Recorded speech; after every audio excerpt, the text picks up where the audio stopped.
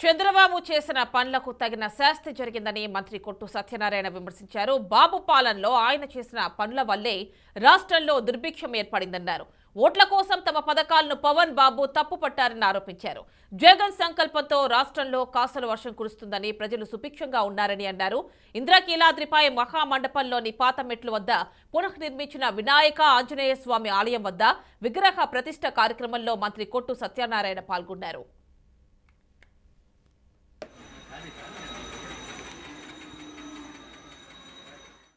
చంద్రబాబు నాయుడికి భగవంతుడి మీద అచంచలమైన విశ్వాసానికి ప్రతిరూపమైన శ్రీ వైఎస్ జగన్మోహన్ రెడ్డి గారికి ఉన్న వ్యత్యాసం ఈ రోజు ఏదైతే ఆనాడు నిర్దాక్షిణ్యంగా చంద్రబాబు నాయుడు విజయవాడ నడిబొడ్డులో ఉన్న పురాతనమైన ఆలయాల్ని నిర్దాక్షిణ్యంగా కూలగొట్టి మున్సిపాలిటీ చెత్తతోలే ట్రాక్టర్ల మీద ఆ భగవతామూర్తుల్ని వేసేసి డంపింగ్ యార్డులు పడేస్తే ఏమాత్రం కూడా విచారం వ్యక్తం చేయకుండా అంటే భగవంతుడి మీద విశ్వాసం ఉన్నవాడికి ఆ భగవంతుడు ఆ భక్తి తెలుస్తుంది.